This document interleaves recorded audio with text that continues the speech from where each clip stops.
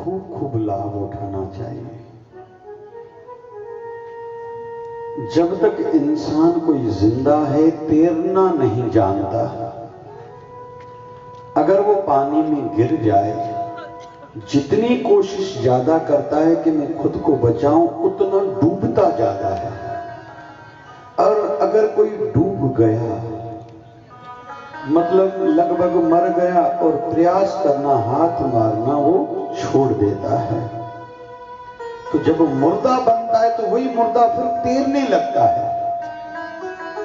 वैसे ही आध्यात्मिक जगत में जो बुद्धि लेके आएगा ना, बहुत हाथ पैर मारेगा, मैं ये करके देखूं, वो करके देखूं, पाठ पढ़ूं, ये करूं, तीर्थ करूं, ये करूं, भगवत प्राप्ति अभी बहुत दूर है। लेकिन जिसके हृदय में समर्पण भाव एक बार जग गया, फिर वो का वो बन गया। बहुत कुछ उसको करना नहीं पड़ता। कोई मुझसे पूछे कि ध्यान की डेफिनेशन, परिभाषा बताओ, ध्यान का मतलब क्या है? तो ध्यान की परिभाषा एक ये है, कुछ न करना, तन से और साथ साथ में मन से।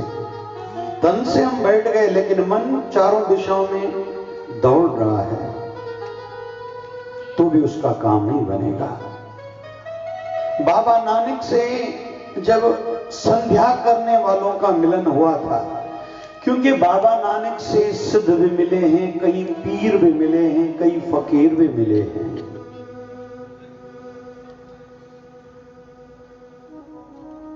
और शाह शरफ जैसे सूफी संत भी मिले हैं, प्रश्नोत्तर हुए हैं। और बाबा नानक के जीवन में देखें तो बाबा नानक से केवल प्रश्न पूछे गए हैं, बाबा नानक ने केवल उत्तर दिए हैं। दूसरी मान्यता ये भी बताते हैं समझदार लोग, विद्वान लोग, कि बाबा नानक जीवन में ज्यादा हंसे नहीं थे, गंभीर थे बहुत, क्योंकि हर किसी की अपनी एक विशेषता रहती है। जैसे बाल्यकाल में प्रभु श्री राम मां कैकेयी के महल में ज्यादा समय बिताते थे। थोड़ी सी शर्मीली थी मां कौशल्या, और मां कैकेयी का स्वभाव थोड़ा खुला था। वैसे स्नेह भी मां कैकेयी का प्रभु श्री राम से ज्यादा था। तो हर किसी में कुछ न कुछ तो एक अलग दिखाई देता है। भगवान श्री कृष्ण दुर्योधन का, भगवान श्री कृष्ण युधिष्ठिर महाराज का आदर बहुत करते थे, प्रणाम तक करते थे, लेकिन स्नेह अर्जुन से ज्यादा था। ऐसा होता है, इतिहास में जाएं, शास्त्रों में, पुराणों में जाएं, ऐसा हर किसी में कुछ न कुछ अलग कुछ दिखाई दे रहा है। और अच्छाई की बात करें तो संसार में अच्छाई बहुत है। कर्ण की बात करें, महाभारत युद्ध प्रारंभ होने जा रहा है, मां कुंती आई है मिलने कर्ण से। तू सूर्य पुत्र है, पांडव तेरे भाई हैं, तू कौरवों के पक्ष से लड़ रहा, ये ठीक नहीं है। कर्ण कहता है कि मैंने जो जीवन में संकल्प लिया है, मैं तो वही करूंगा, कि अभी दुर्योधन का साथ तो नहीं छोड़ पाऊंगा, ये बात पक्की है। लेकिन मेरी मां, एक बात कहूं, ये बात मेरे भाइयों को नहीं बताना थोड़ी दूर से, क्योंकि वो फिर लड़ नहीं पाएंगे, विशेष तौर पर युधिष्ठिर और अर्जुन को। मतलब हर व्यक्ति में कुछ न कुछ विशेषताएं रहती हैं। और विषय निकला है तो थोड़ा स्पष्ट और करता चलूं। हमारे बाबा शिव भजन जी महाराज कहा करते थे,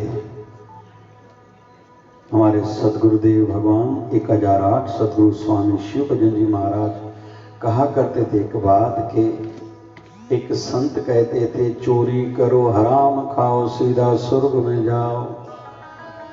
किसी ने संत से पूछा, महाराज जी क्या बोल रहे हो, जल्दी से बताओ, नहीं तो संतों के यहाँ तो कीमती चीजें पहले ही बहुत रहती हैं, हम कुछ न कुछ लेके जाएंगे, क्योंकि वैसे भी सत्संग में सुनते हैं, कथा में सुनते हैं, कुछ छोड़ के जाओ, कुछ लेके जाओ।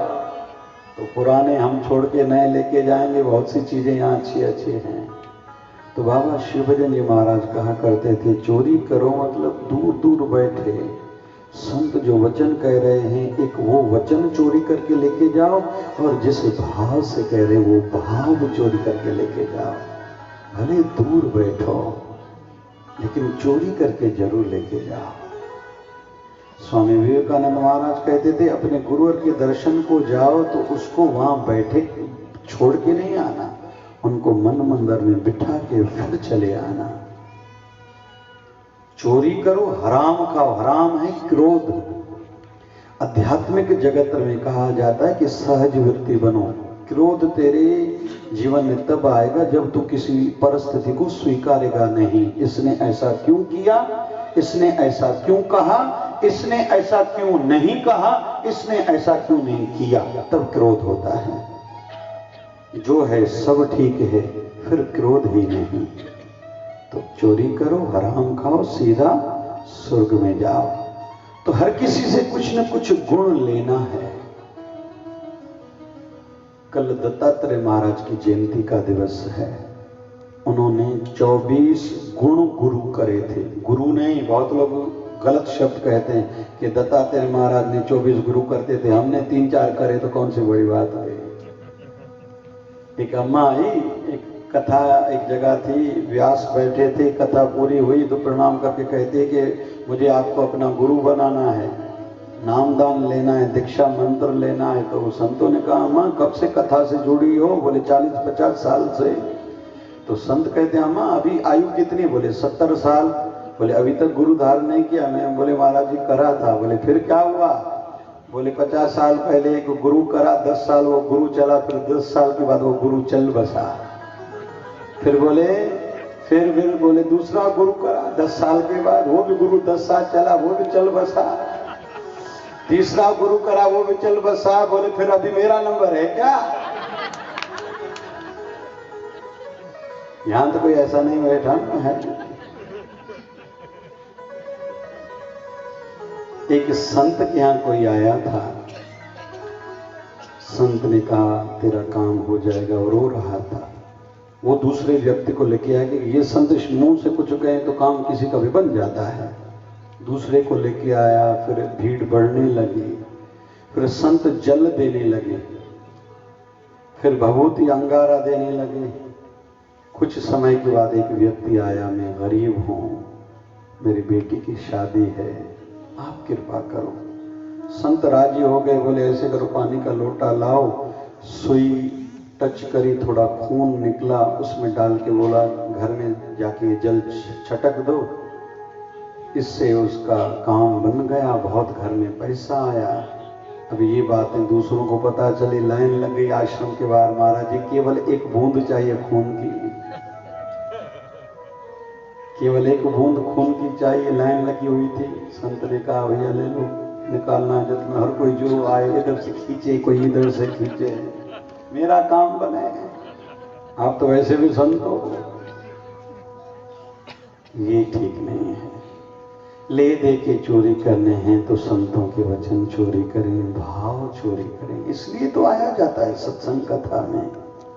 तो विषय चलाता, संत जना मिल हर जस गायो, कोट जन्म के दुख गवायो, जो चाहत सोई मन पायो।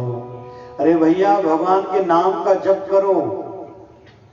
हर जस गाना मतलब उस्तति भगवान की करना, और हर जस गाना मतलब हरि के नाम का जप करना। दो अर्थ हैं। तो मिलके जो भी संतों की संगति में बैठ के भगवान के नाम का जप करेगा, करोड़ों जन्मों के पाप नष्ट होते हैं। हर कर्म का एक अलग फल है। किसी को भूख नहीं लगती है, उनको अनार खिलाएं या अनार का जूस पिलाएं, रस पिलाएं।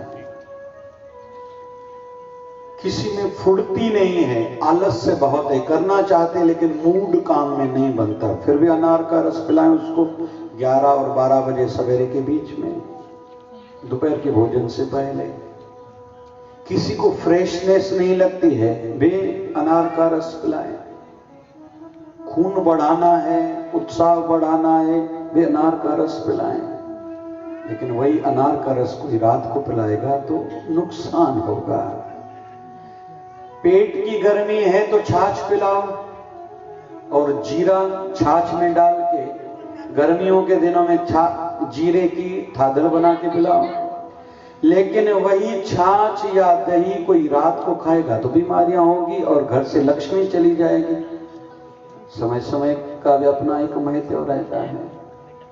गर्म पानी सवेरे उठते बराबर जो पिएगा और सोते समय पिएगा, लगभग उसका वजन धीरे धीरे ठीक मतलब कम होता जाएगा और पेट भी ठीक होता जाएगा।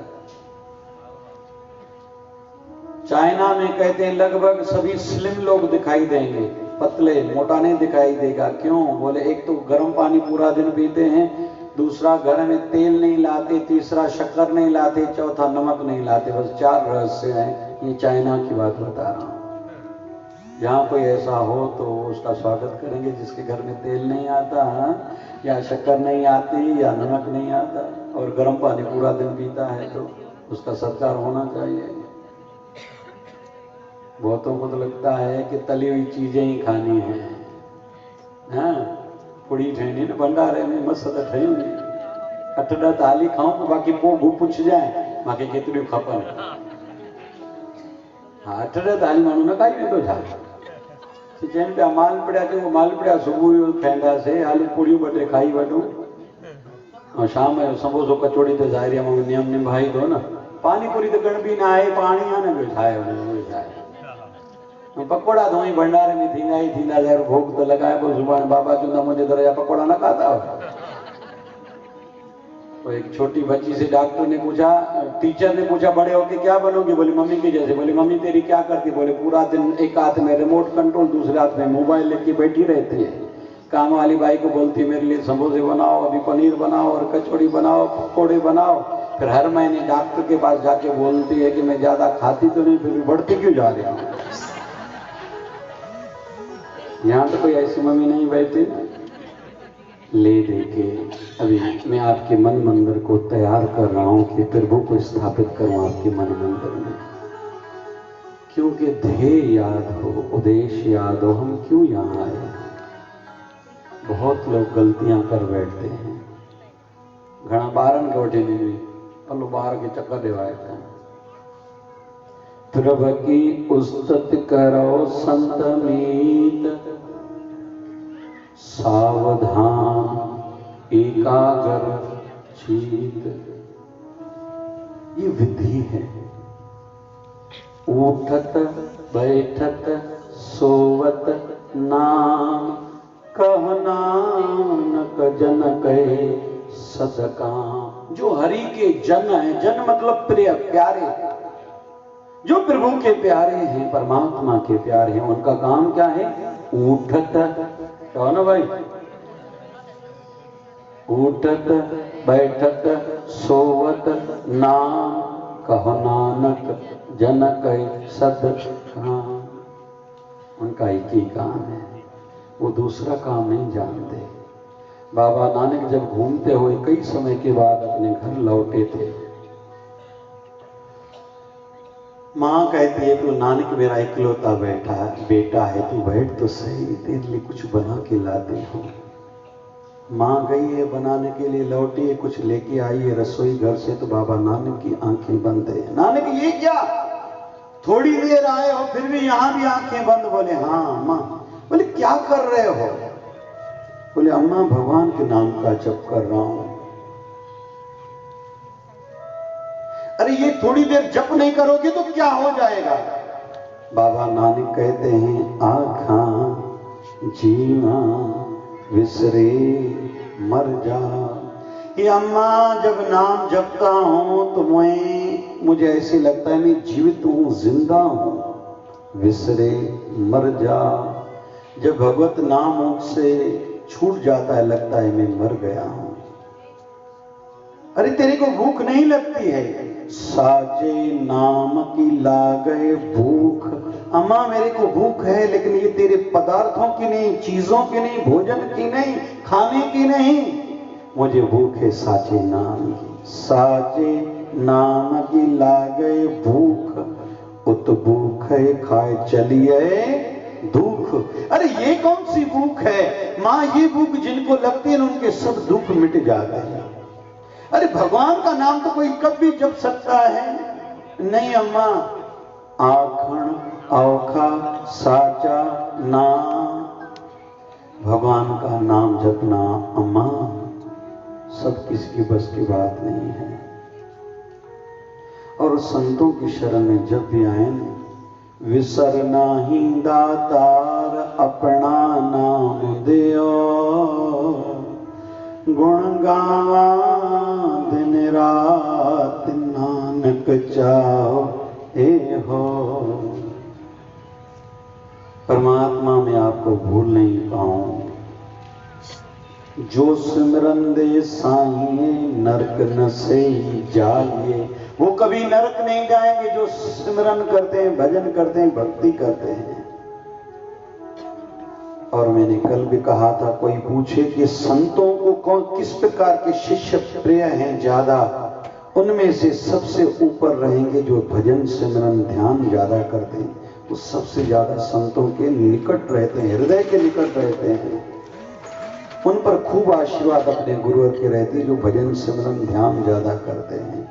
लगभग असां कहिड़ा छोड़ो ॿाहिरियूं ॻाल्हियूं, बाल्टी ॾिए कोई बचा वर आराम वठो भाई, बाबा जान जेतिरा वणे खाओ, ऐं पंहिंजे दर ते फ़क़ीर ईंदा चवंदा माफ़ कर चलो, गाय खे बि घणा लठ हणी छॾंदा आहिनि। हिते त बाबा जो माल आहे, मुंहिंजे घरों छा थो वञे, ऐं नालो मुंहिंजो थिए थो। ये करना सब अच्छा है। असांजा साईं बाबा शिवजन जी महाराज चवंदा, जेको वहंदो न उहो ठहंदो न। चओ सभई, जेको वहंदो न उहो ठहंदो न।